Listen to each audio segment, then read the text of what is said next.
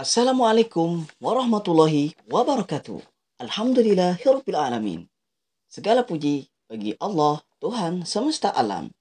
Serta kita tidak lupa haturkan salawat serta salam kepada baginda Nabi Muhammad sallallahu alaihi wasallam beserta keluarga, sahabat, serta pengikutnya hingga akhir zaman. Allahumma sholli ala Sayyidina Muhammad wa ala ali Sayyidina Muhammad. Apa kabar kawan-kawan manakib? Semoga selalu dalam keadaan baik, sehat, afiat, dan dalam keberkahan Allah Subhanahu wa Ta'ala. Terima kasih telah berkunjung dan kembali mendengarkan daripada manakib-manakib yang telah kami bacakan. Semoga mendapat manfaat dari apa yang telah didengarkan. Amin ya Rabbal Alamin. Kawan-kawan manakib, kali ini kita akan membaca manakib daripada salah seorang ulama keturunan daripada Syekh Muhammad Arsad Al-Banjari Kelampayan, yaitu Datu Sapat, atau dengan nama asli beliau Syekh Abdurrahman Siddiq, mufti penulis mistisisme. Abdurrahman Siddiq adalah salah seorang ulama yang lahir pada tahun 1857 Masehi di desa Dalam Pagar, Martapura, Kalimantan Selatan. Ia lahir di akhir masa pemerintahan Sultan Adam Al-Wasik Billah bin Sultan Sulaiman Al-Mu'tamidillah yang memerintah di Kerajaan Banjar sejak tahun 1825 sampai dengan 1857 Masehi. Nama ayahnya adalah Haji Muhammad Apib Datulandak bin Anang Mahmud bin Haji Jamaluddin bin Kiai Dipasunda bin Pardi Pangeran Diponegoro, sedangkan ibundanya Sapura binti Haji Muhammad Rashad Mutilamak Pagatan. Sewaktu ia berusia kurang lebih 3 bulan, ibundanya tercinta meninggal dunia. Kemudian, ia diasuh oleh saudara perempuan ibunya yang bernama Saidah. Di dalam asuhan Saidah, ia juga tidak lepas dari pemeliharaan kakek dan neneknya menjelang usia setahun. Kakeknya, yaitu Mufti Haji Muhammad Rashad bin Mufti Haji Muhammad As'ad, meninggal dunia. Maka sejak saat itulah hingga dewasa, Abdurrahman kecil tinggal bersama neneknya yang bernama Umi Salama. Umi Salama adalah seorang perempuan yang berilmu pengetahuan dan suka beribadah. Maka di dalam pemeliharaannya, Abdurrahman Siddiq dididik serta diajari membaca Al-Quran. Kemudian, setelah umurnya benar-benar dewasa, maka oleh neneknya, Abdurrahman kecil disuruh belajar ilmu agama kepada guru-guru yang berada di desa Dalam Pagar, Martapura. Adapun guru-gurunya di kampung Dalam Pagar antara lain adalah Kiai Haji Muhammad Said Wali, Kiai Haji Muhammad Khotib, Kiai Haji Abdurrahman Muda. Kemudian, setelah sekian lama ia belajar ilmu agama di kampung halaman, maka ingin pula ia meneruskannya ke Tanah Suci. Menurut riwayat, sebelum ia pergi ke kota suci Mekah, demi untuk melaksanakan cita-cita tersebut, ia berdagang, yakni sebagaimana layaknya orang Banjar, Kalimantan Selatan, ialah berdagang perhiasan seperti terbuat dari emas dan perak, serta permata, hingga keluar daerah. Adapun daerah yang menjadi tujuannya adalah Pulau Bangka, Sumatera Selatan, Padang, Sumatera Barat. Kurang lebih 5 tahun ia pulang pergi berdagang, namun semangat menuntut ilmu masih tetap di hatinya. Dan di dalam berdagang itu, ia telah berhasil, yakni dengan mendapat keuntungan yang lumayan dan cukup buat melaksanakan cita-citanya semula, yaitu menuntut ilmu ke Tanah Suci Mekah. Dan selanjutnya, setelah mendapat izin serta doa restu dari orang tua, maka pada tahun 1887 Masehi, berangkatlah ia dari Pulau Bangka, Sumatera Selatan menuju Tanah Suci Mekah. Selama di kota Makkah, ia sangat rajin dan tekun menuntut ilmu. Di antara guru-gurunya di Makkah adalah Sayyid Bakri Syekta, Sayyid Ahmad Zaini Dahlan, Syekh Muhammad Said Basil, Syekh Nawawi Al-Bantani. Adapun teman-temannya yang ketika itu sama-sama belajar di kota Makkah, di antaranya adalah Syekh Ahmad Khotib Minangkabau, Syekh Ahmad Dimyati, Mufti Makkah 1912 Hijriah. Kemudian Syekh Abdullah Zawawi, kemudian Syekh Said Al-Yamani, kemudian Syekh Abdul Qadir Mandailing, penulis kitab Penawar Bagi Hati yang berasal dari Batak.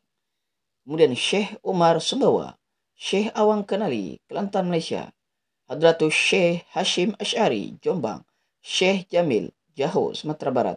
Syekh Ali Junaidi, Berau, Kalimantan Timur. Syekh Sulaiman Al-Rasuli, Bukit Tinggi, Padang, Sumatera Barat. Selama kurang lebih 7 tahun, Syekh Abdurrahman bermukim di kota Makkah. 5 tahun belajar ilmu agama dan 2 tahun mengajar tauliah di Masjidil Haram. Nama aslinya adalah Abdurrahman. Kemudian ditambah oleh salah seorang gurunya di Makkah dengan As-Siddiq, sehingga lengkapnya Abdurrahman As-Siddiq.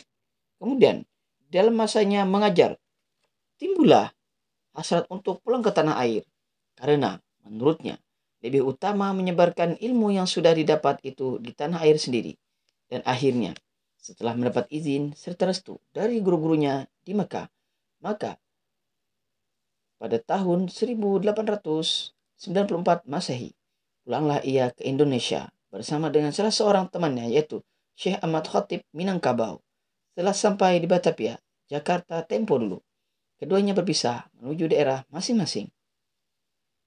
Kawan-kawan manakib, pendengar setia, kedatangan Syekh Abdurrahman As-Siddiq di kampung halaman mendapat sambutan yang sangat meriah di kalangan masyarakat setempat. Lebih-lebih lagi sanak famili dan keluarga yang cukup lama berpisah. Dan dalam suasana yang penuh dengan kegembiraan itu, Syekh Abdurrahman juga merasa haru dan sedih karena orang yang memelihara dan menyayanginya serta membiayainya sejak dari kecil tidak hadir menyambut kedatangannya. Beliau lebih dulu pergi meninggal dunia sewaktu ia masih menuntut ilmu di tanah suci Makkah. Hampir setahun ia berada di Martapura, Kalimantan Selatan, yang kemudian ia bersama-sama keluarga hijrah pindah ke suatu daerah di Pulau Sumatera. Indragiri adalah sebuah kerajaan yang terletak di Kepulauan Riau, Sumatera. Kesultanannya di bawah Sultan Kerajaan Johor, Malaysia. Di Indragiri, Syekh Abdurrahman Siddiq sekeluarga tinggal di suatu kampung yang bernama Sapat. Di kampung ini awalnya ia membuka lahan pertanian dan perkebunan serta membuat irigasi untuk pangeran sawah-sawah. Dengan demikian, banyaklah orang-orang yang berpindah ke kampung ini dan akhirnya ramailah kampung tersebut dengan bertambahnya penduduk.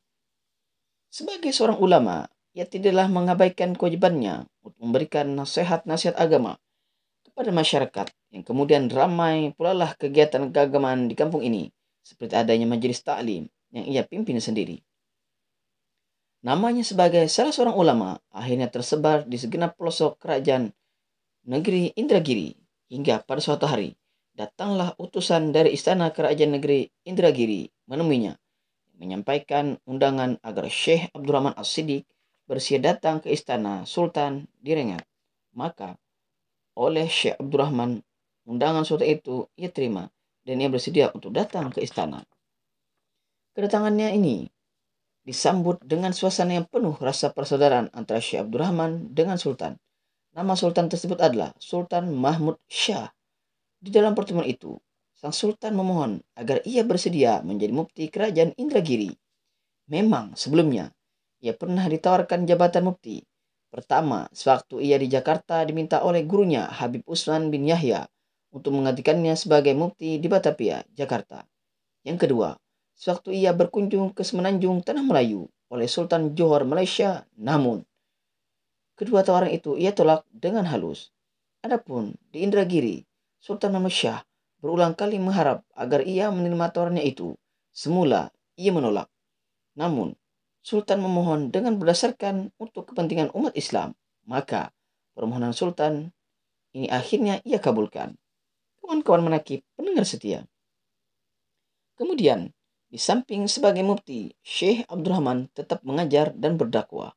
Bahkan, sempat pula menyusun beberapa kitab agama seperti Tauhid, Fikih, dan Tasawuf, serta kitab-kitab lainnya yang berkaitan dengan masalah agama. Di antaranya adalah Aqidatul Iman, Fathul Alim, Amal Ma'rifat, Mau'izah lin Nafsi, Majmu'ul Ayat wal Hadis, Takmilah Qaulul Mukhtasar, Asrarus Salah, kumpulan khutbah Jumat dan 2 hari raya, Bai'ul Hayawan lil Kafirin, Kitabul Faraid, Syair Ibarat Khabar Kiamat, Syajarah Al-Arsyadiyah, pelajaran agama Islam untuk anak-anak. Kemudian, dalam mengembangkan tugas mengajar dan berdakwah serta sebagai mukti yang tentunya tidak lepas dari tantangan dan rintangan. Namun, semua itu ia hadapi dengan taat dan sabar serta tawakal kepada Allah Subhanahu wa taala. Menurut keterangan dari salah seorang keturunannya, selama Syekh Haji Abdurrahman menjabat sebagai mufti di Kerajaan Indragiri, ia tidak pernah menggunakan gaji jabatan untuk dirinya. Namun, gaji itu ia bagi-bagikan kepada yang lebih memerlukan. Adapun biaya hidup sekeluarga ia dapatkan dari hasil sawah dan kebun miliknya sendiri. Bahkan, dari hasil itu banyak murid-muridnya yang ia tanggung biaya hidupnya. Setelah sekian lama, Syekh Abdurrahman bermukim di Sapat, Indragiri. Maka, pada kali yang terakhir, ia datang ke Martapura, Kalimantan Selatan, untuk ziarah ke makam datuknya, Syekh Muhammad Arsad Al-Banjari.